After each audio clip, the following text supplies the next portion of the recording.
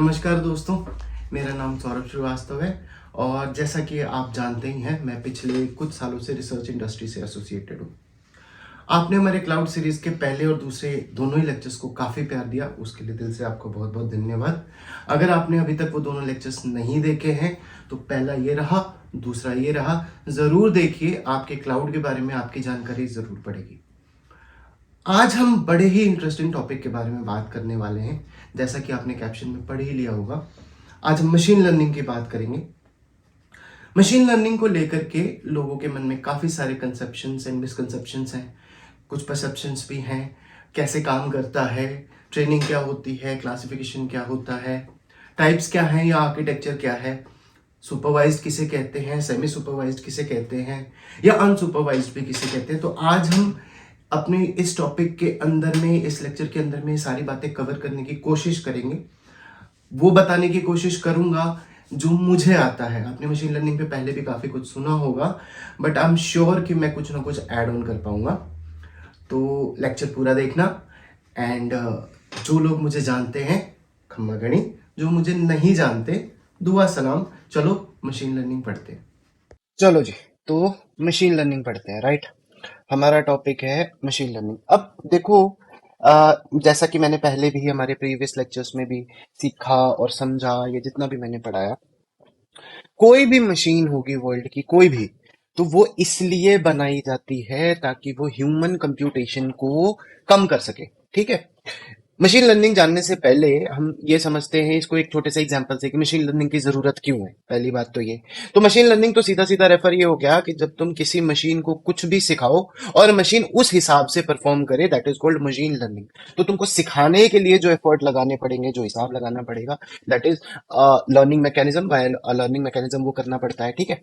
तो machine learning की जरूरत क्यों है भाई? सबसे पहली बात तो, वो बड़े छोटे छोटे बेसिक्स एस्पेक्ट से हम बात करेंगे। तो मैं हमेशा से कहता हूं कि कोई भी लर्निंग एल्गोरिथम जो होता है वो कंप्यूटेशन कॉम्प्लेक्सिटी को घटाने का काम करता है। ठीक है। अब जैसे मान लो मैं तुमसे पूछता हूँ 2 into 2 क्या होता है, तो तुम बड़े आसानी से मुझे जवाब दे दोगे कि हमारा 4 होता है भाई। ठीक है। अब मैं कहूँ 4 into 4 क्या होता है, तो भी हम शायद बता देंगे कि 16 होता है। 16 into 16 जो लोग प्रैक्टिस में वो भी बता देंगे कि 256 होता है। बट अगर मैं 256 into 256 देखूं, ठीक है ना, कि मेरे को ये करके बताओ, तो इसमें बहुत सारे लोगों को कैलकुलेटर का इस्तेमाल करना पड़ेगा। बराबर। कैलकुलेटर का इस्तेमाल करने का मतलब ये थोड़ी है कि हमें 256 into 256 करने नहीं आता। यहां पे क्या हुआ, इस चीज में हमारा वो समय लगेगा, हमारा टाइम लगेगा ज्यादा, जो कि हमारे लिए यूज में नहीं है। ठीक है ना। अगर 256 into 256 कर देने से आप कोई नोवेल्टी नहीं लेके आ रहे, आप कोई नया कंट्रीब्यूट नहीं करके आ रहे, तो ये क्या हुआ, ये एक ऐसा टास्क हुआ जो हम किसी मशीन से भी ले ले तो अपने को जमेगा, अपने को चल जाएगा। तो हम क्या करते हैं, फिर हम एक कैलकुलेटर देखते हैं ना, तो हम कैलकुलेटर हमने उठा लिया, कैलकुलेटर पे तुम 256 into 256 करोगे तो वो बड़ी जल्दी तुमको उठा करके दे देगा। ठीक है। ऐसा करने के लिए क्या किया गया कि कैलकुलेटर के अंदर में जितने भी तुम्हारे बाइनरी ऑपरेशंस हैं उसकी चिप लेवल पे प्रोग्रामिंग करी गई, उसको एम्बेडेड से बना लो या तुम किसी माइक्रो कंट्रोलर के प्रोग्राम से बना लो, तो एक कंट्रोलर होता है जो फिट होता है, जो वो ऑपरेशंस करता है। ठीक है।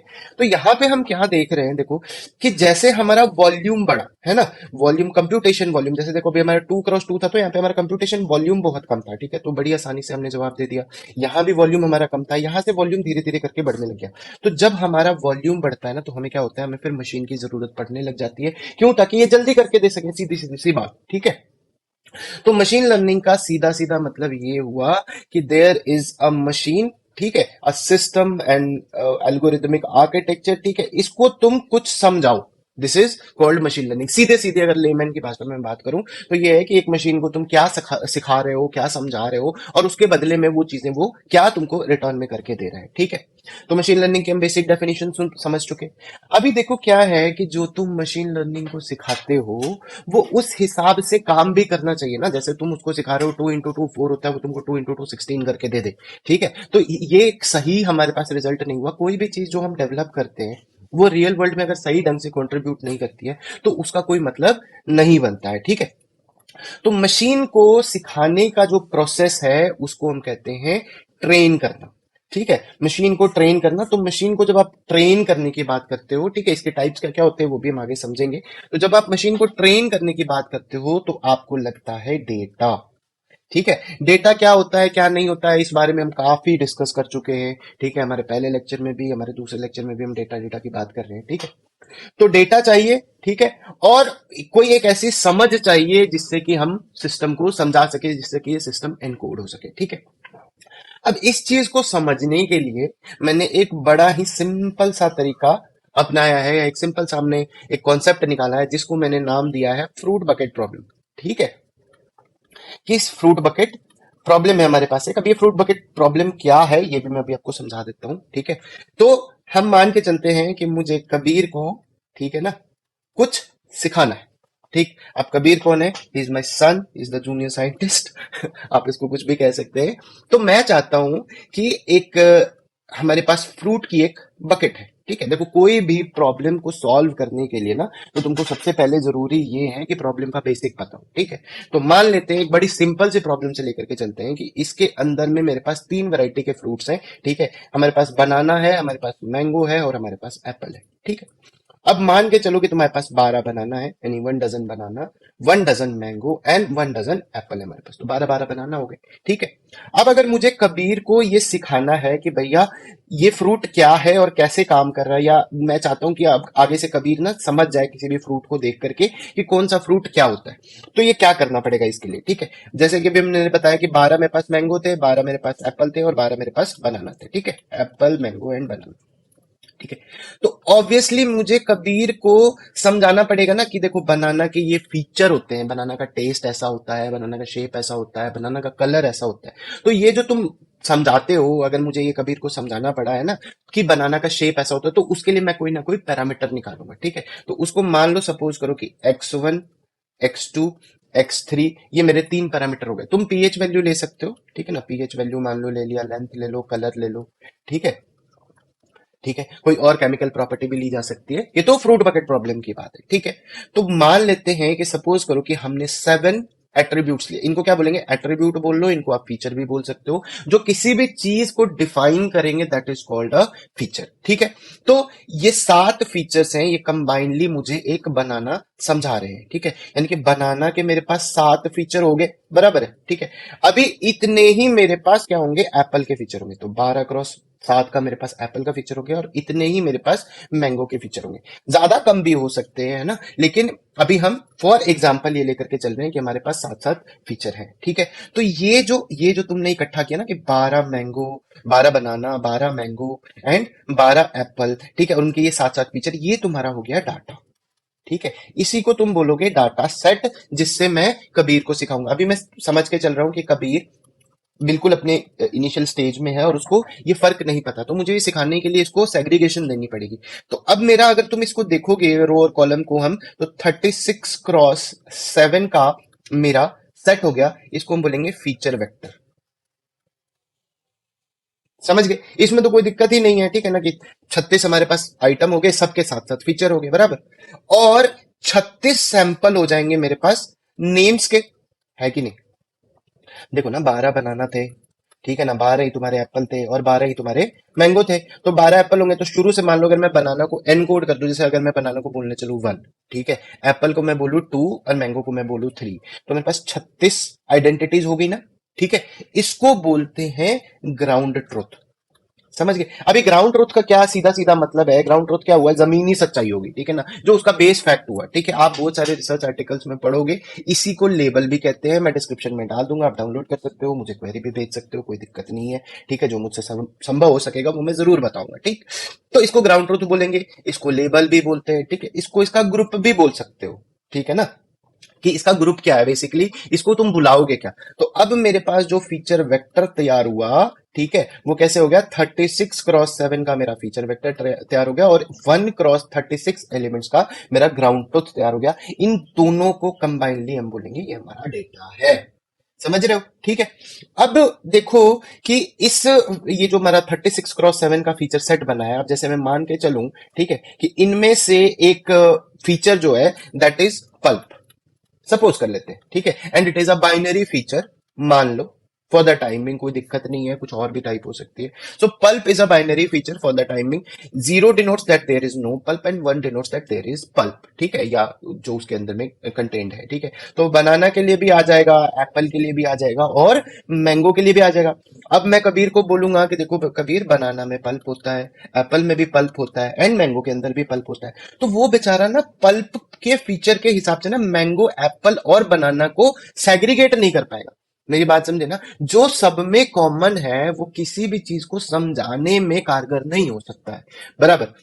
जैसे सपोज करो कि अगर हम इसी फ्रूट बकेट प्रॉब्लम को कार ट्रक प्रॉब्लम पे लेके जाएं, ठीक है, तो जैसे मेरे पास कार है, अब मुझे इसका एक फीचर है कि इट कंटेन्स टायर्स, बराबर। तो टायर तो भाई साहब ट्रक के अंदर भी है ना, है कि नहीं, ट्रक के अंदर भी टायर है। तो अब अगर मैं किसी मशीन को कहूं कि भैया अब a car has set four tyres, और फिर मैं कहूं ट्रक हैज आल्सो 4 टायर्स, ये ट्रक के टायर हैं कि नहीं, बाइनरी 0 1, तो ये क्या हुआ, इससे कार और ट्रक के बीच में सेपरेशन नहीं निकाल सकते, ठीक है। तो अभी इसमें क्या करना पड़ता है कि आपको वही फीचर्स लेने पड़ते हैं जो कि मोस्ट रेलिवेंट हों, ठीक है, यानी कि जो किसी डिसीजन में कंट्रीब्यूट करें, that is you will have to find those features only, बराबर, कि उससे कोई डिसऑर्डर ना जनरेट हो, ठीक है। अभी देखो डिसऑर्डर जनरेट होने का क्या मतलब हुआ कि तुम्हारा मशीन उस ढंग से सीख नहीं पाएगा जिस ढंग से तुम इसको सिखाना चाह रहे हो, बराबर। तो अगर ऐसा हुआ तो फिर हमें हमारी लर्निंग मैकेनिज्म का कोई फायदा नहीं बनेगा।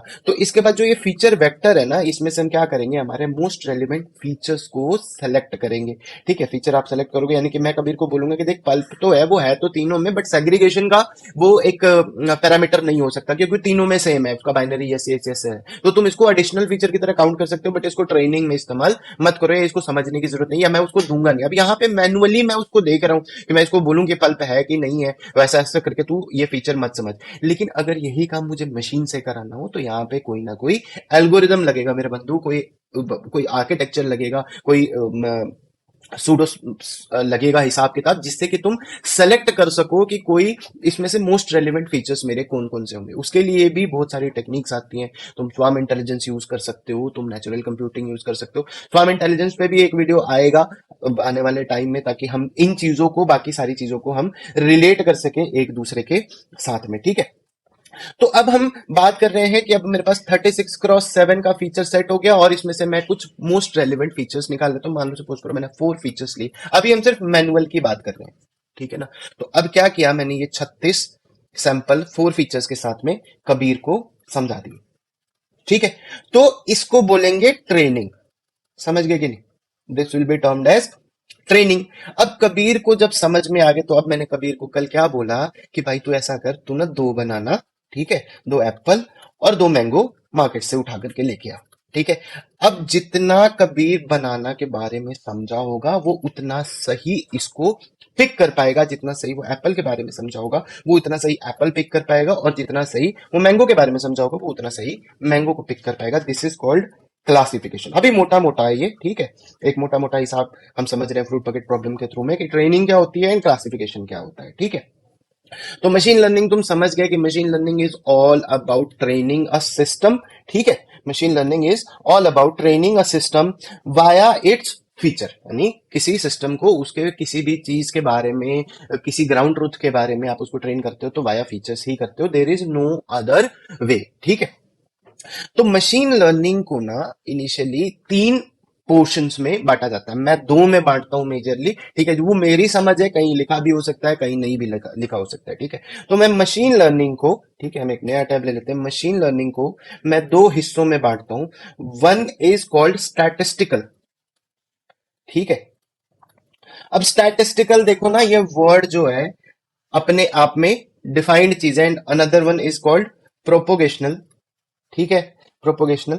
तो स्टैटिस्टिकल एंड प्रोपोगेशनल का क्या मतलब होता है और इनके बीच में फिर फर्दर ऐसे क्या लर्निंग मैकेनिज्म्स आते हैं, तो पहले मैं थोड़ा सा मोटा मोटा समझाने की कोशिश करता हूं। देखो, अगर स्टैटिस्टिकल का आप हिंदी मतलब निकालने जाओगे ना, तो इसका हिंदी मतलब होता है सांख्यिकी, जो नंबर्स पे डिपेंडेंट हो। अभी नंबर क्या है, टू की अगर कोई एक वेरिएबल है उसमें टू वैल्यू है, ठीक है, तो वो टू वैल्यू हमेशा टू ही रहेगी, एक ही वैल्यू टू, अनटिल अनलेस आप उसको खुद से चेंज नहीं कर देते, ठीक है। तो अगर मुझे सपोज करो कि कोई कोऑर्डिनेट है 10,20, ठीक है, और मेरे पास ये कोई दूसरा कोऑर्डिनेट है 20,40, ठीक है। अब अगर मैं इसका डिस्टेंस कितना भी निकालूं, कैसे भी निकालूं, ठीक है, तो इसका जो मैग्नीट्यूड आएगा, ठीक है, वो हमेशा कांस्टेंट आएगा, बराबर है। अब डिस्टेंस फॉर्मूला तुमको नहीं पता है तो मैं समझा दूं, x2 minus x1 whole square plus y2 minus y1 whole square, और इसका स्क्वायर रूट लेते हैं। ये फॉर्मूला कहां से आया, इसके पीछे भी एक बड़ी लंबी कहानी है, ठीक है। बहरहाल अगर इसमें सपोज करो कि जैसे तुम ये 2D डिस्टेंस फॉर्मूला, ये काफी सारे लोगों को पता होगा पहले से, ठीक है, बट काफी सारे लोग नहीं जानते ये कि इसी को तुम इक्लिडियन डिस्टेंस भी कहते हो, ठीक है ना। इक्लिडियन डिस्टेंस क्या है, एक कार्टेशियन सिस्टम के बेस पे चलता है। इसमें तुम क्या करते हो, हर एक कोऑर्डिनेट को दूसरे कोऑर्डिनेट से माइनस करके उसका स्क्वायर ले लेते हो। माइनस क्यों करते हैं और फिर स्क्वायर क्यों लेते हैं, माइनस नहीं करोगे तो दूरी कैसे पता चलेगी, स्क्वायर क्यों ले रहे हो। देखो ना बाबा, अगर तुम यहां से यहां को मीजर कर रहे हो तो इधर से अगर तुम इसी डायरेक्शन में मीजर कर रहे हो, सपोज करो ये 20 यूनिट्स, तो जब तुम इधर से इधर को मीजर करने जाओगे बंधु, तो ये -20 होगा ना, तो स्क्वायर तो करना पड़ेगा। अब अगर तुम स्क्वायर करोगे तो स्क्वायर तो डिस्टेंस है नहीं, डिस्टेंस तो एक पर्टिकुलर यूनिट में होगा, तो तुमने स्क्वायर लगाया तो तुमको बाहर स्क्वायर रूट भी लगाना पड़ेगा। 9th 10th के क्लास में कोऑर्डिनेट ज्योमेट्री जो है वो काफी अच्छे से समझाया जाता है, +1 +2 में भी मिल जाएगा आपको, ठीक है। मुझे अब इतना याद नहीं है कि +1 में है +2 में है, बट ये वहीं से ये लॉजिक आता है। तो इसी को इक्लूडेंट कहता है। अगर सपोज करो इसमें एक जी एक्सिस हो गया तो जी1 माइनस जी टू का होल स्क्वायर। अब देखो ये कितना भी करूंगा, मैं कितनी बार भी ये कैलकुलेशन करूं, इसका जो रिजल्ट आएगा ना वो फिक्स्ड आएगा, बराबर है, यानी कि स्टैट्स के बेस पे आएगा। तो इस तरह की लर्निंग्स को हम बोलते हैं स्टैटिस्टिकल मशीन लर्निंग, ठीक है ना। अब जैसे सपोज करो कि मैं एक कैलकुलेटर बना रहा हूं, कैलकुलेटर भी एक मशीन लर्निंग का कॉन्सेप्ट फॉलो कर रहा है ना। उसको तुमने ऑपरेशंस उसके अंदर फीड कर रखे हैं, वो उन्हीं ऑपरेशंस पे चलेगा, लेकिन उसका बिल्कुल सटीक तुमको जो आंसर है वो निकाल करके देता है, ठीक है। अभी मेरे को सपोज करो कबीर को ये सिखाना है कि काउंट कैसे करना है, तो ऑब्वियसली वो जिस मेथड को लेके चलेगा ना, वही मेथड तुम मशीन को भी सिखाना पड़ेगा तुमको। Binary bit by bit operations जो तुम आप इंजीनियरिंग की प्रीलिमिनरी क्लासेस में पढ़ते हो, डीसीएलडी पढ़ा ही पढ़ा होगा हर किसी ने, अगर कंप्यूटर साइंस से है या आईटी से है या इलेक्ट्रॉनिक्स से भी है, ठीक है। डीसीएलडी सब्जेक्ट लगता ही है, बिट कार्डिशन कैसे होता है, एंड और नॉट कैसे काम करते हैं, तो ये चिप सेट किए जाते हैं। लेकिन इसमें कुछ वेरिएशन नहीं है, कोई आप ऐसा कुछ प्रेडिक्ट नहीं करना चाहते, कुछ ऐसा सोचना नहीं चाहते, ठीक है। यहाँ पे कोई सोच नहीं चल रही है, जो डाटा आ रहा है उसमें प्रोसेस होता है और वो जाता है, इसलिए मैंने इसको नाम दिया स्टैटिस्टिकल मशीन लर्निंग है। इसको मैं एसएमएल भी कहता हूं। इस बात को ध्यान रखिए कि ये मेरा कॉन्सेप्ट है, ठीक है, जरूरी नहीं हो कि आपको रिटर्न में मिल ही जाए, मिल भी सकता है, नहीं भी मिल सकता है, ठीक है।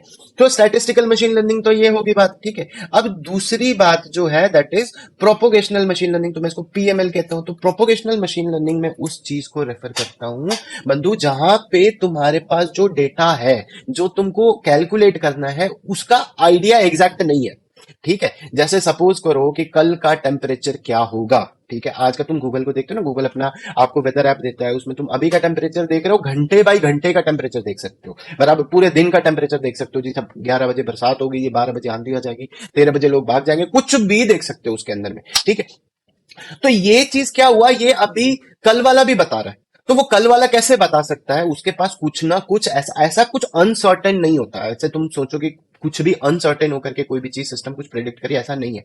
अगर आपको गूगल वो चीज बता रहा है तो उसके लिए उसके पास एक पर्टिकुलर सेट का ना, पूरे पिछले पर्टिकुलर सेट का डाटा है, कि लोकेशन वाइज भी डाटा होगा। जैसे सपोज करो मैं चंडीगढ़ का मैप लेकर के चलता हूँ, ठीक है।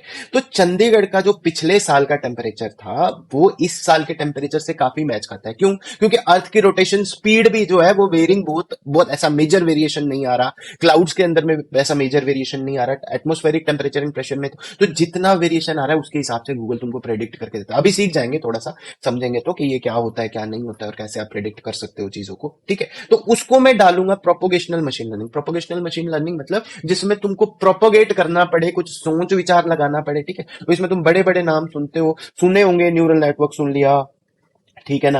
आप कॉन्वोल्यूशन न्यूरल नेटवर्क सुन रहे हो या रीइंफोर्समेंट लर्निंग सुन रहे हो, डिसीजन मेकिंग में आता है, वो अनसुपरवाइज्ड में आ जाएगा, वो भी अभी हम क्लियर कर लेंगे, ठीक है, समझ गए। तो ये मैंने इसको दो हिस्सों में बांटा, स्टैटिस्टिकल एंड प्रोपोगेशनल मशीन लर्निंग। अभी देखो जो स्टैटिस्टिकल मशीन लर्निंग है ना, उसमें बहुत ही ज्यादा कुछ मेहनत नहीं है। जैसा आपका डाटा आ रहा है वैसा उसको प्रोसेस करना है, चिप लेवल की प्रोग्रामिंग है, ठीक है, एम्बेडेड से कर सकते हो, ऑब्जेक्टिव सी से को यूज करके भी कर सकते हो। There are anonymous ways. अब तुम डेली लाइफ में देखते हो, है ना, तुम्हारा कैलकुलेटर जो हो गया वो एक स्टैटिस्टिकल मशीन लर्निंग का प्रोडक्ट हुआ, ठीक है। कैलेंडर जो हो गया वो एक स्टैटिस्टिकल मशीन लर्निंग का प्रोडक्ट हो गया, क्योंकि पता है कि इतना ही वेरिएशन होना है, इतने ही दिन आने, ठीक है। तो वो आगे का भी हम बना सकते हैं कैलेंडर, ठीक है।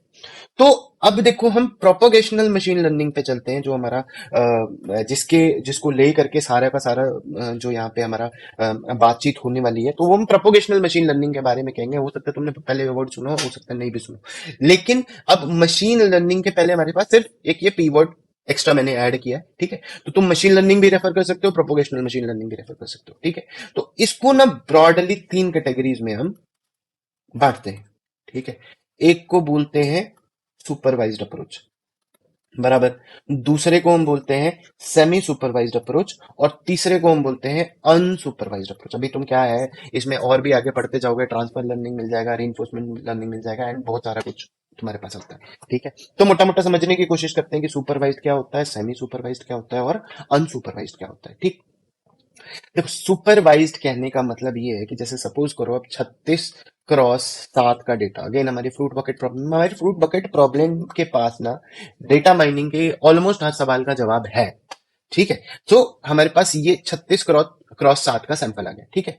अब अगर मैं कबीर को ये 36 के 36 सैंपल्स ही खिलाऊं, ठीक है, समझाने के लिए, और एग्जैक्टली सेम यही 36 सैंपल मैं उठाऊं अपने टेस्ट करने के लिए, ठीक है, तो इसको हम क्या बोलेंगे, सुपरवाइज्ड अप्रोच बोलेंगे, ठीक है ना। यानी कि सुपरवाइज्ड अप्रोच के बीच में ना नया डाटा नहीं होता, ठीक है। तुम कोई नया डाटा उसको फीड नहीं करते, तो सुपरवाइज्ड अप्रोच क्यों बनाई गई भाई, जब उसमें कुछ नया डाटा आना ही नहीं है, कुछ फीड ही नहीं होना है, या फीड कर सकते हो, या कुछ बहुत अनसर्टेन डाटा नहीं आना है, या तो हमने ये क्यों बनाया, ठीक है। अभी देखो जैसे छोटे छोटे जो सिस्टम्स होते हैं ना, उनकी भी तो समस्या है ना। एक कोई छोटा ऑफिस है सपोज करो, उनका एक शेड्यूल आर्किटेक्चर फिक्स है, ठीक है, उनका कंपोनेंट भी फिक्स है, आर्किटेक्चर भी फिक्स है, जो नंबर ऑफ एरर्स आने वाले होते हैं वो भी फिक्स है, ठीक है। तो वो क्या करेंगे, वो सुपरवाइज अप्रोच को इस्तेमाल करेंगे, जो डाटा आ रहा है उसी को सीखेंगे, क्योंकि जो हमारा अभी फॉल्ट जो जनरेट हो रहा है ना, उनमें जो वैल्यूज आने वाली है वो वैसी ही है एग्जैक्टली जो हमारे पास पीछे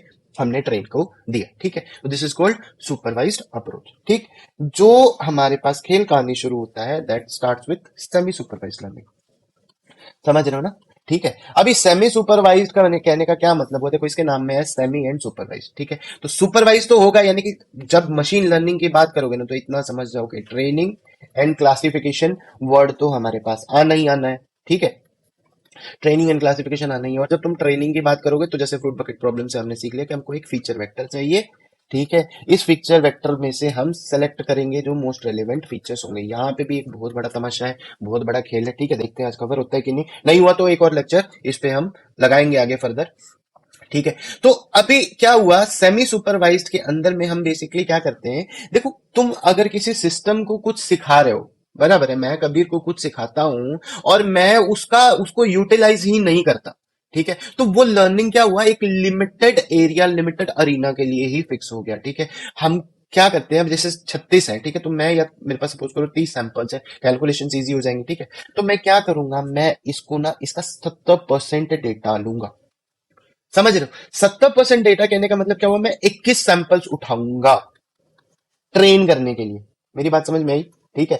30 के 30 सैंपल्स नहीं ले रहा, 21 सैंपल्स उठाऊंगा ट्रेन करने के लिए, और जो बाकी के 9 सैंपल्स बच रहे हैं इनको मैं टेस्ट या क्लासिफाई करके देखूंगा, ठीक है। ऐसा करने से क्या होगा वो भी समझ में आएगा अभी, ठीक। तो अब इसको ये जो 21 सैंपल्स है ना, इनमें तीनों तरह की क्लासेस होनी चाहिए, मैंगो वाली भी होनी चाहिए, बनाना वाली भी होनी चाहिए, एंड एप्पल वाली भी होनी चाहिए। ऐसा नहीं है कि तुम ऊपर से 21 सैंपल ले लो और नीचे, हो सकता है हमारा सारा का सारा बनाना नीचे लिस्ट हो जाओ, तो तुम ऐसा मत करो कि बनाना के कम नंबर ऑफ सैंपल्स ले लो और एप्पल के ज्यादा नंबर ऑफ सैंपल्स ले लो। इक्विवेलेंट ट्राई करना पड़ता है, इक्विवेलेंट लेना पड़ता है। इसके लिए अगर कोई प्रोग्रामिंग कर रहा है तो तुमको पता है ट्रेन टेस्ट स्प्लिट करके हमारे पास फंक्शन आता है, मैटलब में नहीं आता वो बना सकते हो, किसी दिन मैटलब पढ़ना शुरू करेंगे तो वो भी हम डालेंगे कि क्या कुछ आता है उसके अंदर में, कैसे बनता है। पाइथन में तो बना बनाया आता है, जावा में भी बना सकते हो, कोई दिक्कत नहीं, सी में भी बना सकते हो यार, कोई चक्कर नहीं है। मैं बार बार एक बात कहता हूं कि लॉजिक पे हमेशा फोकस रहना चाहिए, ठीक है। अगर आप लॉजिकली ठीक हैं तो डेवलपमेंट का कोई भी टूल होगा तो उस पर कुछ भी बना सकते हो वर्ल्ड में, कोई दिक्कत ही नहीं बैठती है, ठीक। तो ये 70% डेटा हमने क्या करा, हमने ट्रेनिंग के लिए लिया। अब जो 9 सैंपल्स बच गए ना, इसको हम क्या करेंगे, इसको हम टेस्ट करेंगे। तो टेस्ट करने से क्या होगा वो भी देखेंगे, ठीक है। अभी सेमी सुपरवाइज्ड में ये जो 70% मैंने डेटा लिया ना, इसको बोलते हैं डेटा डिस्ट्रीब्यूशन। समझ रहे हो? डेटा डिस्ट्रीब्यूशन डेटा डिस्ट्रीब्यूशन कहने का मतलब क्या होता है कि तुमने कितना परसेंट डेटा ट्रेनिंग में पास किया और तुम कितना परसेंट डेटा टेस्ट करने के लिए इस्तेमाल करना चाहते हो, और this is called data distribution. अब पेपर्स में तुम देखोगे कई सारे रिजल्ट बने होते हैं, ठीक है, बोला 70-30 का डिस्ट्रीब्यूशन लिया, इसका मतलब क्या हुआ, 70% डेटा तुमने लिया ट्रेनिंग के अंदर में, एंड रिमेनिंग 30%, ट्रेनिंग की स्पेलिंग भी गलत लिख दी मैंने। सो 70% डेटा लिया दोस्तों तुमने ट्रेनिंग के लिए, और जो 30% आपका डेटा बच जाता है ना, उसको तुम लगाते हो टेस्ट करने के लिए। इसको वैलिडेशन भी बोल सकते हो। वैलिडेट किया तुमने सिस्टम को कि हमारा डेटा कितना अच्छा काम कर रहा है, अच्छा काम कर रहा है, बुरा काम कर रहा है, क्या कर रहा है, क्या नहीं कर रहा है। ये भी एक अपने आप में सेट है प्रिसीज एंड रिकॉल। इसके इस लेक्चर के ठीक बाद हमारा दूसरा जो लेक्चर है, या देखते हैं इसी लेक्चर में अगर हमारे पास कवर हो पाता है, ठीक है, तो वो पैरामीटर्स कैसे निकालते हैं हम किसी भी मशीन लर्निंग आर्किटेक्चर के, वो भी हम डिस्कस करेंगे, ठीक है। तो 70% तुमने 70-30 देखा, ठीक है। 70-30 क्या हुआ, 70-30 हमारे पास एक तरह से डिस्ट्रीब्यूशन का हो गया, ठीक है। तो 70% हुआ ट्रेनिंग का और 30% हो गया ट्रेनिंग का। इसी तरह से 80-20 भी इस्तेमाल में आता है ना। 70-30 एंड 80-20। अब अगर 80-20 होगा तो तुम्हारा 80% डेटा ट्रेनिंग में इस्तेमाल होगा, और रेस्ट 20% जो होगा वो वैलिडेट करने के लिए या क्लासीफाई करने के लिए या टेस्ट करने के लिए तुम इस्तेमाल करोगे। This is called semi supervised. तो ऐसा करने से क्या होगा, 70% डेटा तुमने ट्रेनिंग में दिया या 80% डेटा दिया, ठीक है, तो इससे क्या हो जाएगा, देखो, जब डेटा बढ़ता है ना, जब यहाँ पे डेटा बढ़ रहा है, तो तुम क्या कर रहे हो, तुम इसकी ट्रेनिंग को ना और प्रिसाइज कर रहे हो, तुम इसको ज्यादा ट्रेन करने की कोशिश कर रहे हो, उसको ज्यादा डेटा, यानी कि अनप्रेडिक्टेड डेटा जो है ना वो कम रहेगा, ठीक है। तो जिस मशीन को जितना ज्यादा तुम सिखाओगे उतना ज्यादा वो समझ पाएगा। तो तुम कहो कि फिर हम सर इसको 80 की जगह 90% दे देते, तो तुमको ना 10% डेटा के अंदर में ना इसका प्रेडिक्शन की जो समझ है वो इतनी समझ में नहीं आएगी। तो 70% डेटा, जब तुम डेटा जो देख रहे हो, तुम 36 सैंपल या 30 सैंपल, तो मैंने एग्जाम्पल के लिए लिए, ये लाखों में होने चाहिए या हजारों में होने चाहिए, ठीक है, depending upon that type of training algorithm, जिस तरह का तुम ट्रेनिंग इंजन इस्तेमाल कर रहे हो। अब ट्रेनिंग इंजन अलग अलग तरह के होते हैं, पहले हम ये समझ लेते हैं, supervise, semi supervise and unsupervise. तो सुपरवाइज में समझ में आ गया कि हमारा जो सारा डेटा है, ऑलमोस्ट 100% डेटा उठा करके तुम ट्रेनिंग में डाल देते हो, फिर वही डेटा तुम टेस्ट करके उसको प्रेडिक्ट कर लेते हो। सेमी सुपरवाइज्ड के अंदर में तुम 70% या 80% data, depending upon your choice, तुम इसका एक केस स्टडी भी बना सकते हो। ये 70% पे लिया तो तुम्हारा सिस्टम कैसा परफॉर्म कर रहा है, और 80% पे लिया तो तुम्हारा सिस्टम कैसा परफॉर्म कर रहा है, ठीक है। तो ये सेमी सुपरवाइज्ड के अंदर में आ गया, ठीक है, बराबर।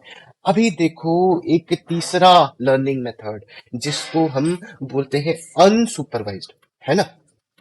तो तुमको अभी तक मैंने बताया कि जब तक मशीन लर्निंग की बात होगी, जब जब मशीन लर्निंग की बात होगी, तो हमको ट्रेन करना पड़ेगा, हमको क्लासिफाई करना पड़ेगा, और जो जानकारी हमारे पास इकट्ठा है उसी के बेस पे सिस्टम तुम्हारा कुछ भी प्रेडिक्ट कर सकता है, ठीक है। तो अनसुपरवाइज्ड का मतलब तो दिख ही रहा है ना, ये अनसुपरवाइज्ड कह रहा है कि मैं अनसुपरवाइज्ड हूं, यानी कि इसके पास प्रायर ट्रेनिंग का कोई भी डेटा उपलब्ध नहीं होता। So in unsupervised learning there is no prior data of training.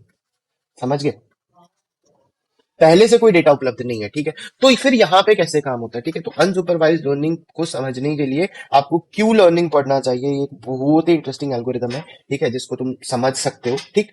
तो ये क्या करते हैं, देखो, जो तुम्हारे पास एग्जिस्टिंग अनसुपरवाइज्ड पे अगर हम चले जाए कि हम अनसुपरवाइज्ड में कैसे काम करते हैं, जैसे सुपरवाइज्ड और सेमी सुपरवाइज्ड तो तुमको समझ में आया मोटा मोटा, है ना, कि ट्रेन करेंगे और कुछ सैंपल्स होंगे टेस्ट में। अब जो वो सैंपल्स तुम बचाओगे वो उसी पूरे सेट के सैंपल होंगे ना, और आने वाले टाइम में जो डाटा प्रोड्यूस होने वाला है वो इसके जैसा होना चाहिए, अनोनिमस डेटा नहीं होना चाहिए, ठीक है। अनोनिमस डेटा होने का मतलब, देखो, एक ना साइंटिस्ट है, डार्विन वॉटसन मेथड कहते हैं, अगर तुमने मास्टर्स करी है या पीएचडी परसुइंग हो या पीएचडी कर रखी है, ठीक है, या स्टैटिस्टिकल एनालिसिस करते हो या डेटा साइंस के इंजीनियर हो, ठीक है, तो इस मेथड को आप जानते होगे। तो इसको डार्विन एंड वॉटसन मेथड बोलते हैं। डार्विन एंड वॉटसन मेथड के हिसाब से क्या होता है, देखो, डार्विन एंड वॉटसन क्या थे, ये मेथड क्या कहता है कि अगर तुम्हारे डेटा के अंदर में 5% से ज्यादा आउटलायर है, ठीक है, 5 आउटलायर किसको बोलते हैं, जो किसी चीज में किसी की चीज के साथ मेल नहीं खा पा रहे हो,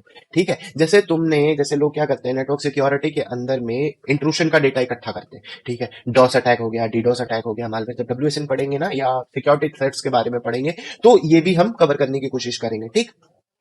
तो अगर उसके अंदर में ऐसा डेटा है जो बाकियों के साथ मैच नहीं खा पा रहा, बाकी फीचर्स के साथ में कोलैबोरेट नहीं कर पा रहा, जैसे सपोज करो किसी जो कोई एक सपोज करो डेटा ग्रुप हुआ D1 मान लो, ठीक है, इसकी एक फीचर F1 की रेंज जो है वो 10 से 30 के बीच में है, ठीक है, for most of the records, जैसे सपोज करो 90% रिकॉर्ड्स के लिए, लेकिन जो 10% रिकॉर्ड्स हैं ये कह रहे हैं कि हम 28 से 45 के बीच में आ रहे हैं, तो ये ना ये कॉन्ट्रीब्यूट नहीं कर पाएगा, ये क्या करेगा, इस फीचर को कॉन्ट्राडिक्ट करेगा।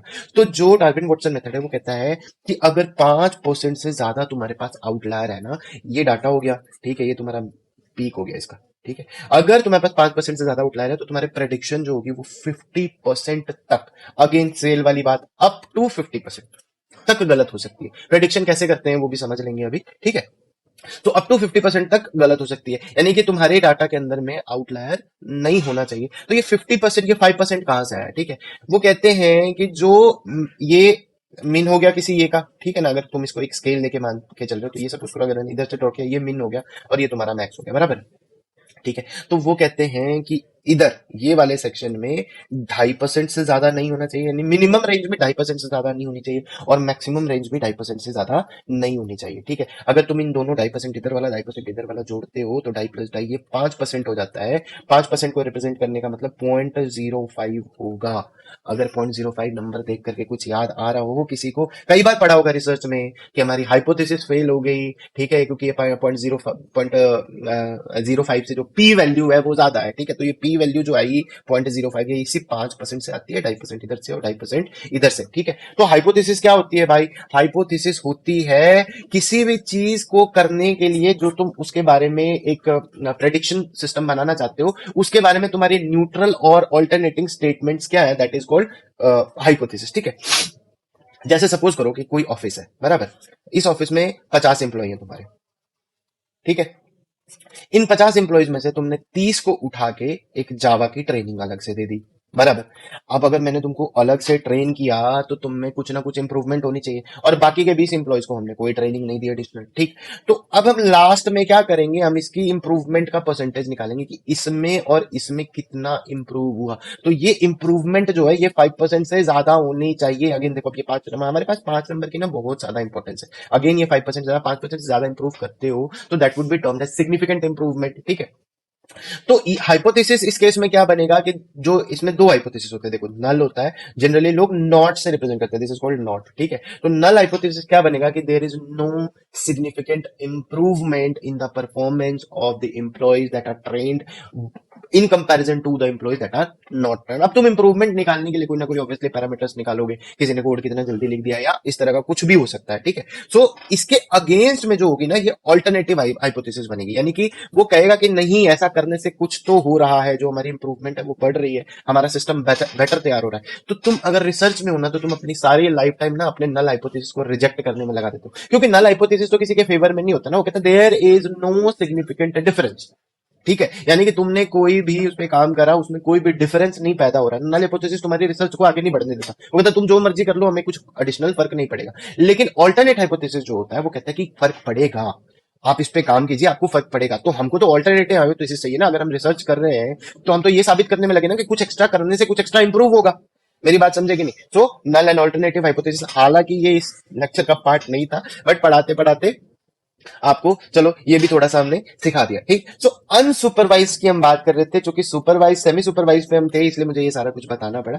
अनसुपरवाइज में क्या होता है ना, अनसुपरवाइज में जो ऑब्जेक्ट होगा जिसको कोई डिसीजन लेना, अब ये क्या हुआ, ये डिसीजन मेकिंग ही है, ठीक है ना।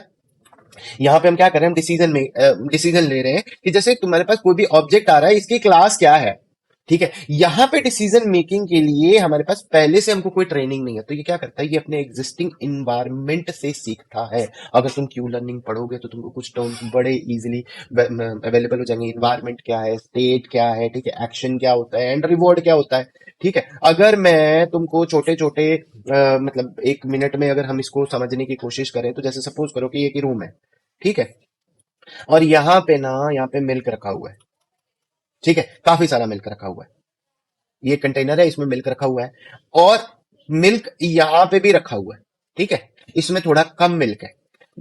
एक यहाँ पे तुम्हारे पास बिल्ली बैठी है, मेरी ड्राइंग में थोड़ी खराब है, ठीक है, इसलिए इस ड्राइंग पे नहीं जाना है, इसको बिल्ली मान लेना, तो there is a cat here, ठीक है। अब यहाँ पे जहां पे बहुत ज्यादा मिल्क है ना, यहाँ पे एक डॉग बंधा हुआ है सपोज करो, बराबर है। तो अब जो प्रॉब्लम है बिल्ली की वो ये है कि इसने दूध पीना है। इसके पास दूध पीने के ना दोनों ऑप्शन है, 1 और 2। बात समझ रहे हो? ठीक है। तो ये जो पूरा सिनारियो हुआ ना, ये इस कैट के लिए इन्वायरमेंट हो गया। समझ गए? अब जब भी ये कोई काम करेगी ना, जब भी किसी डायरेक्शन में चलेगी, तो ये क्या करेगी, ये कोई ना कोई एक्शन लेगी। ठीक है। जब भी ये कोई एक्शन लेगी तो उसके अगेंस्ट में इसको कोई ना कोई रिवॉर्ड जनरेट होगा। अभी देखो ना, रिवॉर्ड का मतलब क्या हुआ, अगर ये यहां से आकर के इसको पीने चलती है, ठीक है, तो इसको ये मिल्क मिला ना, तो इसका रिवॉर्ड क्या हो गया, इसका ये रिवॉर्ड मिल्क हो गया। इसको दूध चाहिए था, उसको ये यहां से मिल गया। ठीक है। तो ये एक एक्शन हो सकता है कि A1 मूव लेफ्ट या मूव राइट। ठीक है। इसको तुम ना अभी एक हम गेम वाले एग्जांपल से भी समझते हैं अनसुपरवाइज्ड को। ठीक है। तो अभी इसको इधर से मिल्क मिल गया, लेकिन मिल्क यहाँ पे भी पड़ा हुआ है। तो सबसे पहले तो ये है ना कि अनसुपरवाइज्ड के अंदर में अगर मेरी कैट इसको एक्सप्लोर ही नहीं करेगी तो उसको कैसे पता चलेगा ये कुत्ता काटता है कि नहीं काटता है। हो सकता है ना बेचारा, कई कई मेरे भाई बंधु हैं, वो घर में कुत्ता रखते हैं सुरक्षा के लिए, और हम उनके कुत्ते जो होते हैं वो दूसरे को दूध पिला रहे होते हैं, वो बैठे होते हैं, तुम जाओ बोलो तो जब तक कैट जाती नहीं है वहां पे उसको पता नहीं चलेगा। तो इसको क्या करना पड़ेगा, इसको एक्सप्लोर करना पड़ेगा। समझ रहे हो? इस एक्सप्लोर से एक्सप्लोरेशन एंड एक्सप्लोइटेशन दो टर्म्स आते हैं। एक्सप्लोरेशन का मतलब क्या होता है, टू विजिट, ठीक है, टू विजिट न्यू प्लेसेस।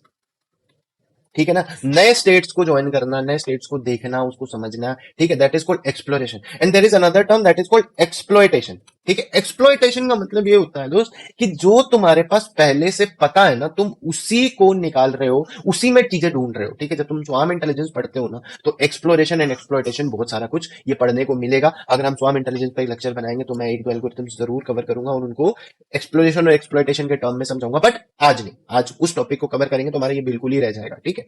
तो अब ये क्या होगा, यहां पे जाती है ना तो इसको ये रिवॉर्ड मिलेगा, लेकिन यहाँ पे इसका क्या है, रिवॉर्ड कम है।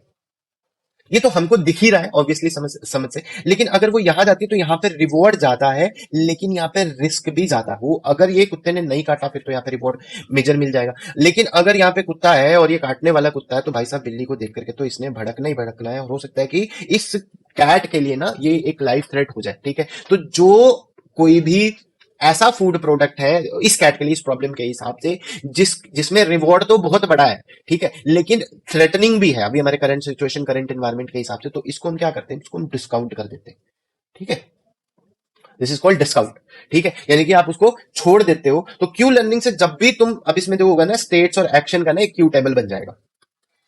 ठीक है। जब भी तुम कोई एक्शन परफॉर्म करोगे तो तुमको एक रिवॉर्ड मिलेगा। ठीक है। तुमने A1 परफॉर्म किया, मान लो A1 पहली बार परफॉर्म किया तो रिवॉर्ड मिला मेरे को 0.30। रिवॉर्ड कैलकुलेट करने का ना बड़ा सिंपल सा बेलमैन इक्वेशन दिया हुआ है। ठीक है। पढ़ सकते हो इसको, अगर हम क्यू लर्निंग को डिटेल में बनाने का करें। अगर तुमको क्यू लर्निंग डिटेल में पढ़ना है, नीचे कमेंट में लिखो मेरे को, आप बोलो। और भी जो टॉपिक्स हैं, जैसे मैं इस समय पे थैंकफुल हूँ, हमारे प्रीवियस लेक्चर्स में हमारे पास सजेशंस आ रहे हैं कि आप सिक्योरिटी पे बनाइए। ठीक है। तो अगर तुमको क्यू लर्निंग पे डिटेल लेक्चर चाहिए भाई, नीचे कमेंट में लिखो, बताओ मेरे को, अगर पढ़ना है तो फिर मैं उस पर अपना टाइम बनाऊंगा। अगर तुमने वीडियो को इतना देखा है तो लाइक करो बंधु, सब्सक्राइब करो, शेयर करो। तुम नहीं शेयर करोगे तो कैसे ये आगे बढ़ेगा, है कि नहीं? ठीक है। अगर कोई शिकवा शिकायत है तो भाई नीचे कमेंट में लिख दो। मैंने पहले भी बोला था कि जो मेरे से हो सकेगा उनका आंसर्स मैं करूंगा, जो मेरे से नहीं हो सकेगा, और देखो इसमें ऐसा नहीं है कि मुझे सब कुछ पता है। ठीक है ना, तुम खुद से भी चीजों को कंट्रीब्यूट कर सकते हो। We can have a discussion. ठीक है। जो चीज तुम बताओगे और मैं फिर उसको आगे भी इनकॉर्पोरेट कर सकता हूँ। ठीक, इसमें कोई दिक्कत परेशानी मेरे को है नहीं। मेरे को ऐसा कभी भी नहीं लगता कि मेरे को सब आता है। I am always ready to learn. ठीक है। आप में से जितने भी लोगों को ऐसा लगे कि हम कुछ कंट्रीब्यूट कर सकते हैं, just let me know via email और वाया कमेंट। ठीक है। तो देखो अब ये यहाँ पे क्या करेगा, अब इसको एक एक्शन लेकर के यहाँ पे 30.30 इसको सपोज करो रिवॉर्ड मिला। अगली बार यही एक्शन लेकर के इसको ना कम रिवॉर्ड मिलता है, तो इसका एग्जिस्टिंग रिवॉर्ड क्या हो जाएगा, 0.30 डिवाइडेड बाई 2। ठीक है। कितना परसेंट अपडेट हो सकता है मैक्सिमम, इसके लिए भी मेथड है, उसको लर्निंग रेट बोलते हैं। ठीक है। इक्वेशन के अंदर में ये डिफाइंड होता है कि आप मैक्सिमम अभी 10% रख सकते हैं। समझ में आया? ठीक। So it was called unsupervised learning, यानी कि वो एक्सप्लोर कर करके देखेगी कैट। इसी को किसी दूसरे प्रॉब्लम पे भी तुम फिट कर सकते हो। अनसुपरवाइज लर्निंग जो होती है वो गेमिंग्स में भी इस्तेमाल होती है, बहुत ज्यादा, बहुत खास इस्तेमाल किया जाता है अनसुपरवाइज लर्निंग का। अभी देखो क्या है, पहले हम सब ने अपने अपने बचपन में मारियो खेला होगा, कॉन्ट्रा खेला होगा, लोड रनर, फलान डिमकान, इस तरह की 8 बिट की गेम्स आती थी। ठीक है। कोई भी प्रोडक्ट ना मार्केट में, आज तुम वो गेम्स नहीं देख रहे ना, कौन खेल रहा है, कुछ लोग एपिक है अभी भी, हमारे पास भी, मेरे पास भी एक पड़ा हुआ है वो पहले का नाइटेंडो का। तो ये ना एक वो क्या हो गया, ये तुम्हारा हेरिटेज टाइप का हो गया, मार्केट में तो नहीं है ना, कमर्शियल प्रोडक्ट तो नहीं है ना, वो क्यों नहीं है, ठीक है। देखो क्या है, तुम आज खेलते हो प्ले स्टेशन, हम खुद भी खेलते हैं, हमारे पास 4 भी, हम 5 भी यूज करते हैं, अपग्रेड करते जा रहे हैं, यानी कि हम अमाउंट इन्वेस्ट कर रहे हैं इस चीज को खेलने के लिए। क्यों?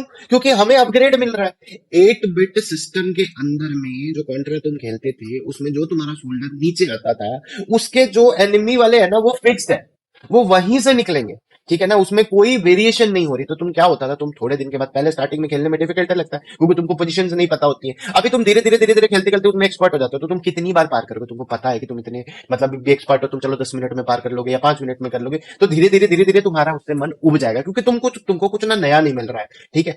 अब देखो प्ले स्टेशन जब तुम खेलने जाते हो, तुम लेफ्ट से फायर करो तुमको राइट से ठोक देते हैं, राइट से फायर करो तुमको लेफ्ट से ठोकते हैं, तुमको लेफ्ट भी देखना है, तुमको राइट भी देखना है। कुछ सिचुएशंस उन्होंने एज इट इज रखी है, कुछ वो इनोवेट करने की कोशिश कर रहे हैं कि ये जो अभी सोचो ना, तुम डिफिकल्टी बढ़ाते हो, तुम जब प्ले स्टेशन के गेम को खेलने जाते हो तो उसमें लिखा होता है ना, तुम भाई साहब बिगिनर हो, मॉडरेट प्लेयर हो, ठीक है ना, या कि तुम वेटेरियन हो, मतलब तुम इतना फाड़ सकते हो कि सब कुछ कर सकते हो, तो उसमें डिफिकल्टीज बढ़ जाती है, ठीक है, प्रेडिक्टेबिलिटी वहां पे घट जाती है। तो ये क्या होता है, इससे चीजें इंटरेस्टिंग बनती है, ठीक है। जो तुम एक्शन ले रहे हो, अगर सपोज करो कि तुम ये सोचो कि मशीन तुम्हारे साथ गेम खेले और मशीन तुम्हारे एक्शन से सीखने लग जाए, है कि नहीं, कि तुम लेफ्ट घूमे तो उसको पता है कि अच्छा ये लेफ्ट घूम सकता है, अगर घूमे तो मुझे इतना एंगल ट्विस्ट करना पड़ेगा, तुमको और मजा आएगा, काफी इंटरेस्टिंग हो जाएगी गेमिंग, ठीक है। मेटावर्स में भी काफी कुछ इस तरह का इस्तेमाल हो रहा है फेसबुक में, हालांकि बेचारे जकरबर्ग की काफी सारी दौलत लग गई, लेकिन अगर ये बन गया ना तो ये मतलब बहुत बहुत बहुत फाड़ चीज बनेगी, ठीक है, बहुत मजा आएगा उस चीज को यूज करने में। मैं खुद भी काफी इंटरेस्टेड रहता हूँ। तो क्यू लर्निंग या अनसुपरवाइज्ड का जो प्रैक्टिकल इंप्लीमेंटेशन है ना, आज की डेट में बहुत हाई डिमांड है, बहुत ज्यादा कर सकते हैं, ठीक है, और बहुत सारे सेक्टर्स में हो सकता है, हेल्थ इंडस्ट्री में भी कर सकते हो, मिलिट्री ऑपरेशन में इस्तेमाल हो सकता है, ठीक है। तो अब हम इस चीज को जान चुके हैं कि मोटी मोटी बात पे कि सुपरवाइज्ड क्या है, सेमी सुपरवाइज्ड क्या है और अनसुपरवाइज्ड क्या है, ठीक है। अब देखो, जब भी अभी हमने क्या करा कि मशीन लर्निंग की बात कर रहे हैं, ट्रेनिंग है एंड क्लासिफिकेशन, बराबर, ये दो टर्म्स हम लेके चल रहे हैं कि ट्रेनिंग भी है एंड क्लासिफिकेशन भी है।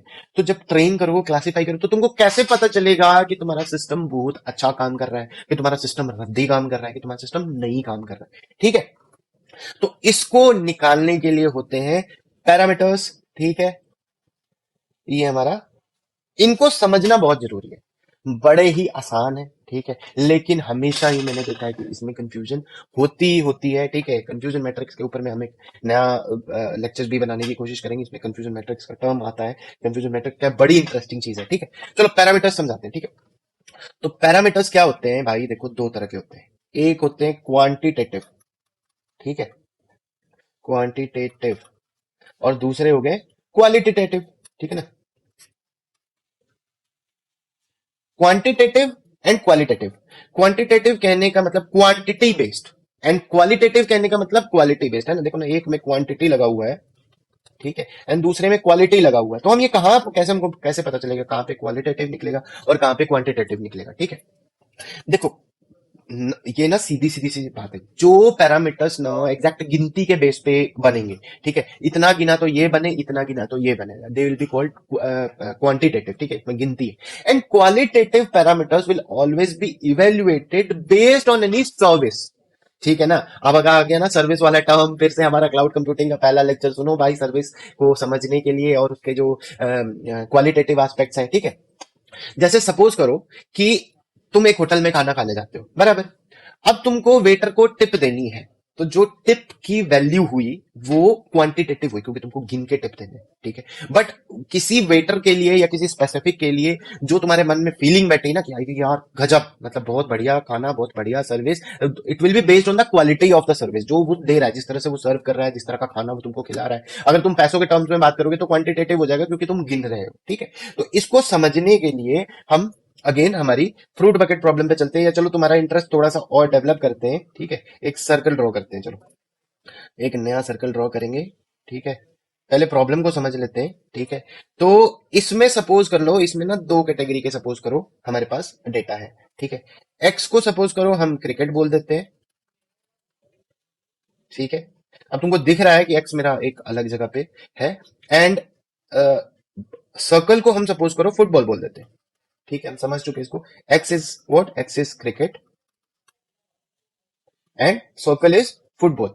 यानी कि ये डेटा है हमारे पास क्रिकेट एंड फुटबॉल का। तो तुमने किसी सिस्टम को क्रिकेट समझाया होगा, उसको एक्स से समझाएंगे उसके फीचर से, एंड फुटबॉल समझाया होगा, उसको हम फुटबॉल से समझाएंगे। ठीक है, हम मान के चलते हैं कि हम अपने सिस्टम से ना एक्स चाहते हैं, यानी कि जो हमारी डिजायर्ड आउटपुट है that should be cricket, shouldn't be football. ठीक है, तो अब अगर तुमने अपने सिस्टम को कुछ सिखाया है तो तुमने उसको बोला कि भाई मुझे क्रिकेट का डेटा निकाल करके दे दो, तो वो सपोज करो ये डेटा निकाल करके ले आए। ये जो सर्कल हुआ ना जिसमें तुम्हारा सारा data, this will be termed as search space.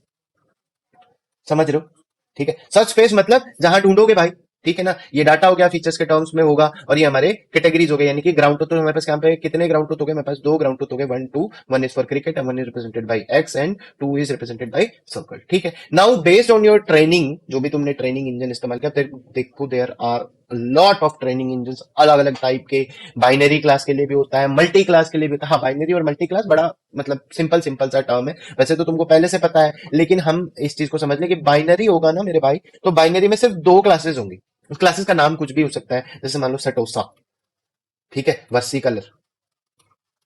ठीक है, तुम कहोगे ये क्या है भाई साहब सटोसा और वर्सिकलर? एक्चुअली ये क्या है, मैटलैब में एक डेटा है फिशरीज नाम का। ठीक है, अगर मैटलैब पे जो लोग काम करते हैं, मैटलैब बहुत ही अच्छा टूल है, मतलब भगवान कसम बहुत अच्छा टूल है। मैं मैटलैब पे कम से कम 7-8 साल से काम कर रहा हूँ, और इन्होंने जो डॉक्यूमेंटेशन दे रखी है ना भाई साहब, अगर आपको अपनी प्रोग्रामिंग अच्छी करनी है ना, मैटलैब से करो। उन्होंने हर एक चीज को अपनी बुक में इलस्ट्रेट कर रखा है, कौन सा एल्गोरिथम कैसे चलता है, सिंपल तुम क्लासिफिकेशन कैसे कर सकते हो, उन्होंने डेटा भी दे रखा है, सैंपल भी दे रखा है, तुम सीख सकते हो, कर सकते हो। हम मैटलैब की जब सीरीज शुरू करेंगे उसमें 6-7 लेक्चर्स का एक इकट्ठा ही सीरीज होगा, वो सारे देख लेना, और तुमको मैटलैब बेसिक बेसिक तो सारा ही समझ में आ जाएगा। ठीक है, तो चलो अभी के लिए फिशरीज नाम का उसके अंदर में डेटा है, उसके अंदर सपोज करो ये दो क्लासेस है, उसमें 3 क्लासेस सेटोसा, वर्सिकुलर एंड वर्जिनिका। ठीक है, ये फ्लावर के टाइप्स है। तो अगर मैंने सिर्फ दो क्लासेस के बीच में क्लासिफाई करना है ना, तो ये क्या होगा, ये बाइनरी होगा। लेकिन अगर मुझे ये तीसरा कलर भी, जो हमने वर्जिनिका हम बोल रहे हैं कि ये हमारा तीसरा कलर है, अगर हमको ये भी ऐड करना हो तो this is called multi class classification. तो अभी हम बाइनरी क्लास क्लासिफिकेशन की प्रॉब्लम को कंसिडर कर रहे हैं। ठीक है, तो मेरे पास दो जीटी हो गए, X and O. X O X O तुमने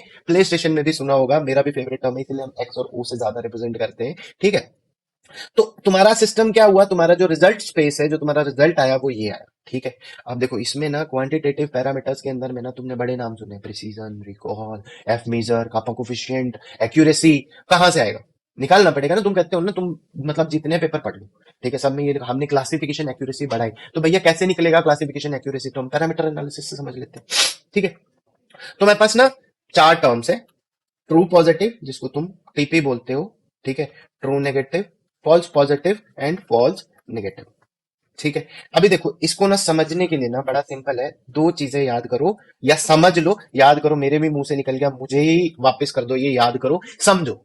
ठीक है ना, याद नहीं करना है कुछ भी, याद करोगे जितनी बार तुमको जरूरत पड़ेगी हर बार याद करना पड़ेगा। समझोगे एक बार, कई मर्जी फिट कर लो। लोग मेरे को फोन करते हैं या मेरे को मेल लिखते हैं या मेरे पास कंसल्टेंसी के लिए मुझे अप्रोच करते हैं, वो हमें मशीन लर्निंग में रिसर्च करना चाहते हैं। मशीन लर्निंग में रिसर्च नहीं होती है, मशीन लर्निंग एक फील्ड है। मशीन लर्निंग एक टेक्नोलॉजी है। इस चीज का इस्तेमाल तुम किसी फील्ड में कर सकते हो, जैसे तुम आईओटी में कर सकते हो, तुम कंप्यूटर विजन के अंदर में कर सकते हो। जिनको पता ना हो मैं बता दूं, कंप्यूटर विजन कहने का मतलब ये कि कंप्यूटराइज्ड ढंग से तुम पिक्चर्स को जैसे प्रोसेस करते हो, that is called computer vision. वो कहाँ लग सकता है भाई साहब? देखो आजकल के प्रोफेसर्स हैं, इतने मच्योर प्रोफेसर्स, इतने ज्यादा, जिस तरह का स्ट्रेस लाइफ चल रहा है ना, एक बंदा बेचारा ईएमआई भर रहा है, ज्ञानी से ज्ञानी आदमी भी ना परेशान बैठा है। ठीक है, तो क्या हो रहा है, हेल्थ के इश्यूज बहुत बहुत ज्यादा बढ़ रहे हैं। तुम देख रहे हो हेल्थ इंडस्ट्री को लेकर के हर कंट्री काफी ज्यादा डेडिकेटेड है, और इसमें एआई का बहुत बड़ा हाथ है, मशीन लर्निंग का बहुत बड़ा। AI is artificial intelligence. ठीक है, आर्टिफिशियल इंटेलिजेंस वर्ड जो है, एआई आर्टिफिशियल इंटेलिजेंस का कृत्रिम ज्ञान। हिंदी में अगर हम देखने जाए, मेरा हिंदी बहुत फेवरेट लैंग्वेज रहा है शुरू से, तो मैं काफी कोशिश करता हूँ हिंदी के टर्म्स को इस्तेमाल करने का, मुझे अच्छा भी लगता है। देखो, तो कृत्रिम कृत्रिम क्या होता है, जो तुमने मैन मेड है। ठीक है ना, मैन मेड कहने का मतलब नेचुरल नहीं है, भगवान ने नहीं दिया। तो भगवान क्या देते? भगवान ने तुमको दिमाग दिया, अब तुमको काम आसान करना था तो तुमने क्या करा, तुमने मशीन को दिमाग दिया, तो दैट इज आर्टिफिशियल इंटेलिजेंस। तुमने उसको भेजा, अलग से दिया, उसमें फिर तुम एमएल के आर्किटेक्चर को यूज करो, तो तुम इसमें स्टैटिस्टिकल एंड प्रोपोगेशनल यूज कर रहे हो। ठीक है, बराबर। तो अब यहां पे मान लो हमारे पास, हम बैक टू पवेलियन आ जाओ, दो टर्म्स तो देखो जितने भी है ना, ट्रू पॉजिटिव, ठीक है, ट्रू नेगेटिव, ठीक है, false positive and false negative, है ना। तो इसमें देखो दो दो वर्ड्स हैं बेसिकली, अगर समझने जाओगे तो एक है पॉजिटिव और एक है नेगेटिव। पहले तो ऐसे समझ लो कि एक है पॉजिटिव और एक है नेगेटिव, ठीक है। जो तुम सेलेक्ट करके लेके आओगे ना, चाहे सही चाहे गलत, उसको हम पॉजिटिव ही बोलेंगे, ठीक। कंफ्यूजन जगती है ना, ट्रू पॉजिटिव किसको बोलेंगे, ट्रू नेगेटिव किसको बोलेंगे, मैं समझा दूंगा। तो ऐसे समझ लो, जो सेलेक्ट हुआ सही या गलत दैट इज पॉजिटिव, जो सेलेक्ट नहीं हुआ सही या गलत दैट इज कॉल्ड नेगेटिव, ठीक। अब समझते हैं true and false. Positive negative तो समझ में आ गया, एग्जाम्पल देखेंगे ना तो अभी और क्लियर होगा। तो अब हम समझते हैं true and false. Positive negative क्या हुआ, पॉजिटिव वो हुआ जो सेलेक्ट किया, नेगेटिव वो हुआ जो नहीं सेलेक्ट किया। ट्रू तुम समझ रहे हो, ट्रू का मतलब सत्य और फॉल्स मतलब गलत। तो जो तुम सही सेलेक्ट करोगे भाई, ठीक है, दैट इज ट्रू पॉजिटिव। यहां इस केस में जो हमारी प्रॉब्लम है, हम क्या ढूंढ रहे थे, हम ढूंढ रहे थे cricket. Cricket is represented by x. तो देखो एक्स के ना 1 2 3 4 5 6 एलिमेंट्स इसने सेलेक्ट कर लिए, तो इसका टीपी यानी ट्रू पॉजिटिव हो गया 6। समझे कि नहीं, ठीक। अभी देखो इसने सेलेक्ट किए हैं फुटबॉल वाले भी, पॉजिटिव में आएगा। अभी मैंने इधर बताया, देखो नीचे, जो सेलेक्ट करोगे पॉजिटिव उसको किसको बोलेंगे, दैट आर सेलेक्टेड, ठीक, ठीक है ना। एंड नेगेटिव उसको बोलेंगे दैट आर नॉट सेलेक्टेड। अरे भैया या तो उठाओगे या तो छोड़ोगे, है कि नहीं। तो जब जो नहीं सेलेक्ट हुआ that is negative. So select होने में ये फुटबॉल भी है, ठीक है। तो ये पॉजिटिव ही बनेगा, लेकिन तुमने गलत सेलेक्ट किया, दिस इज फॉल्स पॉजिटिव। तो फॉल्स पॉजिटिव का काउंट क्या हो गया, 2। समझे कि नहीं। अब देखो निगेटिव जो तुमने छोड़ दिया, ठीक है ना, तो निगेटिव में तुम्हारे सर्च इंजन ने बेस्ड ऑन योर ट्रेनिंग, जैसा देखो जितना अच्छा तुम ट्रेन करोगे ना, तो उतना अच्छा, जो अगर तुम जितना अच्छा उसको समझाओगे उतना अच्छा तुम्हारा सिस्टम उस चीज को पिक करेगा। तो ये जितना अच्छा ट्रेन होगा वो उतना ये एलिमेंट्स कम छोड़ेगा, ठीक है। नाउ ये ना छोड़ने नहीं चाहिए थे, ठीक है। ये छोड़े हैं हमारे सिस्टम ने, हमारे क्लासिफिकेशन के अंदर में, तो ये सही है। तो पहले तो नेगेटिव है, ठीक है, और ये सही है, यानी कि ये छोड़ नहीं थे, तो this is called true negative, ठीक है। तो ट्रू नेगेटिव का काउंट कितना हो गया, 1 2 3 4 5 and 6, this is 6। True negative है 6, ठीक है। अभी भाई साहब हम तो एक्स ढूंढ रहे थे ना, ये तो हमको चाहिए था लेकिन हमने छोड़ दिया, ठीक है ना। तो ये नेगेटिव हुआ क्योंकि छोड़ दिया, सेलेक्ट नहीं किया, लेकिन फॉल्स नेगेटिव हो गया, यानी कि हमको लेना चाहिए था बट हमने इसको छोड़ दिया। तो 1 2 3 हमारा ये फॉल्स नेगेटिव हो गया। तो टीपी हमारा 6 हो गया। 6 कैसे आ गया, देखो 6 एलिमेंट्स जो है 1 2 3 4 5 एंड 6, 6 एलिमेंट्स मेरे सेलेक्ट हुए ट्रू में से, जो मुझे चाहिए थे वही मेरे सेलेक्ट हुए, तो टीपी इज 6, ठीक है। फॉल्स पॉजिटिव इज 2 बिकॉज 2 तुमने फुटबॉल के सेलेक्ट कर लिया, अपने को फुटबॉल मांग नहीं रहा। हाँ एक और चीज है, दुनिया में डेटा माइनिंग के अंदर में, मशीन लर्निंग के अंदर में कुछ भी सही या गलत नहीं होता। तुम कहोगे अभी तो कह रहे हैं सही सेलेक्ट किया गलत सेलेक्ट किया, आप कहते हैं कुछ सही नहीं होता कुछ गलत नहीं होता। देखो बंधु, जो क्वेरी होगी ना उसके रिस्पेक्ट में डाटा सही होना चाहिए, that is the motive of any machine learning algorithm. अभी वो फुटबॉल है तो फुटबॉल का डेटा गलत थोड़ी है, सिस्टम के अंदर में फुटबॉल का डेटा है, तो सिस्टम को मालूम है इसको फुटबॉल बोल रहे हैं ना। तो जब फुटबॉल सर्च करोगे ना तो ट्रू पॉजिटिव फॉल्स पॉजिटिव उलट जाएगा जो तुम्हारा सर्च इंजन होगा, यानी कि जो मेरा रेलेवेंस हुआ वो बेस्ड ऑन क्वेरी हुआ। इसीलिए कहते हैं कि क्वेरी को समझो। तो क्वेरी से प्री प्रोसेसिंग लगाया जाता है ताकि क्वेरी से जो रेलिवेंट चीजें हैं वही पूछी जाए। तुम जितना इररेलेवेंट पोर्शंस मशीन को दोगे उतना जंबल होता जाएगा, ठीक, समझ गए। तो ट्रू पॉजिटिव पता चल गया, फॉल्स पॉजिटिव पता चल गया, ट्रू नेगेटिव पता चल गया, फॉल्स नेगेटिव पता चल गया, ठीक है। तो इसके बेस पे तुम निकालते हो मेरे बंधु प्रिसीजन, इसके बेस पे तुम निकालते हो recall, TP by TP plus FP, precision sorry FP, है ना। एंड दिस इज प्रिसीजन, ठीक है। Recall TP by TP plus TN, ठीक है, दिस इज योर रिकॉल। तो एफ मीजर भी निकालोगे, तो F measure is also a parameter, 2 into precision into recall upon precision plus recall. समझे कि नहीं, ठीक है। अब इससे अगर एक्यूरेसी निकालनी हो कि तुम्हारा सिस्टम कितना सही प्रेडिक्ट कर रहा है तो कैसे निकालेंगे, देखो लॉजिकली समझने की कोशिश करते हैं। हमको ये सारे उठाने चाहिए थे, ये सारे, ठीक है, यानी कि जितने हमने सही उठाए वो तो न्यूमरेटर में होगा ही, इतने तो मैंने सही निकाल लिए हैं, ठीक है ना। तो हम एक्यूरेसी कैसे निकालेंगे कि हमने सही कौन कौन से निकाले, टीपी। इसके अलावा मेरे दोस्त एक और चीज सही है जो निकाली गई, जो जो नहीं ली गई। देखो ना, हमको जो नहीं चाहिए अगर हमको छोड़ रहे हैं वो भी तो सही प्रोसेस है ना। तो टी एन जो हुआ ना ट्रू नेगेटिव, ये भी सही चीज है, इसको हमको ऊपर न्यूमरेटर में देना, ठीक है। तो TP plus T N divided by, ठीक है। अभी ये तुमने सही चीजें निकाली, जो तुमने छोड़ दिए वो भी सही नहीं थे सेलेक्ट होने वाले में से, और जो तुमने उठा लिए नहीं सेलेक्ट होने वाले में से वो भी सही नहीं है। तो वो क्या है मेरे, false positive and false negative. तो जो टोटल ये इतने तुमने सही उठाए कितने में से, ये इतने थे TP plus TN plus FP plus FN, इतने में से ही उठाए ना, टोटल सैंपल्स इतने ही है। अब इसको मेरे भाई 100 से मल्टीप्लाई कर लो, ये तुम्हारी एक्यूरेसी निकल के आ जाएगी। मेरी बात समझेगी नहीं? ठीक है ना?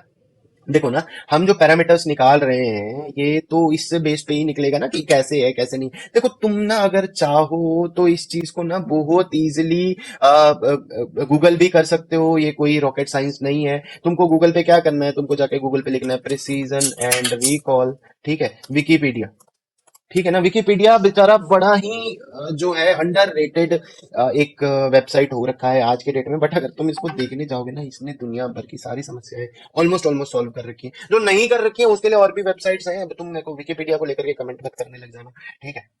ये देखो ये सेम एग्जांपल है, ठीक है। अब ये इस चीज को यहाँ पे इन्होंने डायग्राम से समझा रखा है। देखो ये क्या है, ये पूरा सैंपल स्पेस है, और ये ऊपर देखो ये कह रहा है कि रेलिवेंट एलिमेंट्स है। रेलिवेंट एलिमेंट्स मतलब इस समय के उसके रेलिवेंट एलिमेंट्स हैं जो वो सर्च करना चाहता है। और ये जो हुआ ये इसका सर्च स्पेस हुआ, देखो रिट्रीव्ड एलिमेंट्स है, ये पूरे सर्च स्पेस में से ये इसका रिट्रीव्ड स्पेस है। तो इसमें जो इसने सही सही उठा लिया, देखो ये जो तुम्हारा ये ट्रू पॉजिटिव लिखा हुआ है, जैसा कि हमारे जो हम अपना केस देख रहे हैं, हमारे केस के अंदर में भी यही चीज हमने एक हमारा सैंपल बनाया है ना कि ये देखो ऐसा ही कुछ नहीं है, ठीक है। अब मैंने क्रिकेट और फुटबॉल लिख दिया, तुम यहाँ पे इसको इस टर्म में देख रहे हो, ठीक है। तो दिस इज ट्रू पॉजिटिव जो सेलेक्ट हो गए, जो जो तुमने सेलेक्ट किए गलत वो भी पॉजिटिव में आया, तो this is false positive, this is true negative, this is false negative. इसको थोड़ा सा नीचे लेके जाओगे तो दुनिया भर के देखो फॉर्मूले दे रखे हैं। एफ स्कोर क्या है ये देखो, प्रिसीजन तुमको बताया, ठीक है। रिकॉल एफ एन है, मैंने गलती से यहाँ टी एन लिख दिया होगा, sorry sorry my bad, yes this is F N, false negative, my bad sorry, ठीक है। इतनी तो माफी तुम दे ही दोगे, चलो ठीक। तो ये this is precision, this is recall, and देखो एक्यूरेसी ठीक वैसा ही जैसा मैंने तुमको बता रखा है, ट्रू पॉजिटिव प्लस टीएन। अब तुम ये फॉर्मूला देख रहे होगे पहले से भी, तुमको मालूम होगा, लेकिन शायद आज तुमको ये ज्यादा बेहतर से समझ में आ जाए कि ट्रू पॉजिटिव। इसके अलावा भी मतलब बहुत कुछ है पढ़ने वाला ना, जैसा भी ये तुम देख रहे हो ना पॉजिटिव प्रेडिक्टेड वैल्यू, ठीक है। अभी इस पे लेके जाओ, देखो वो बता देता है बेचारा कि ये क्या कर रहा है क्या नहीं कर रहा है, इसमें से कोई पैरामीटर नहीं, तो पढ़ के देखो। अगर कोई पैरामीटर नहीं समझ में आता है, ठीक है, मेरे को जरूर पूछो, मैं अपनी तरफ से पूरी तरह से कोशिश करूंगा कि मैं तुमको जवाब दे सकूं, ठीक है। आई होप कि आपको अभी तक का कुछ लेक्चर समझ में आया होगा, थोड़ा बहुत मशीन लर्निंग समझ में आया होगा, पैरामीटर्स क्या होते हैं क्या नहीं होते, कैसे कैलकुलेट करते हैं ये भी समझ में आया होगा, ठीक है। तो अगर अच्छा लगा हो तो प्लीज सब्सक्राइब करो, शेयर करो यार, दिल खोल के करो, तुम्हारा अपना चैनल है, जितना मर्जी इसको आगे बढ़ाओगे उतना अच्छा होगा। हमें भी मोटिवेशन मिलेगी कि हम और जो रिलेवेंट और ज्यादा से ज्यादा कंटेंट हम इस चीज के ऊपर बना सके, ठीक। Thank you so much.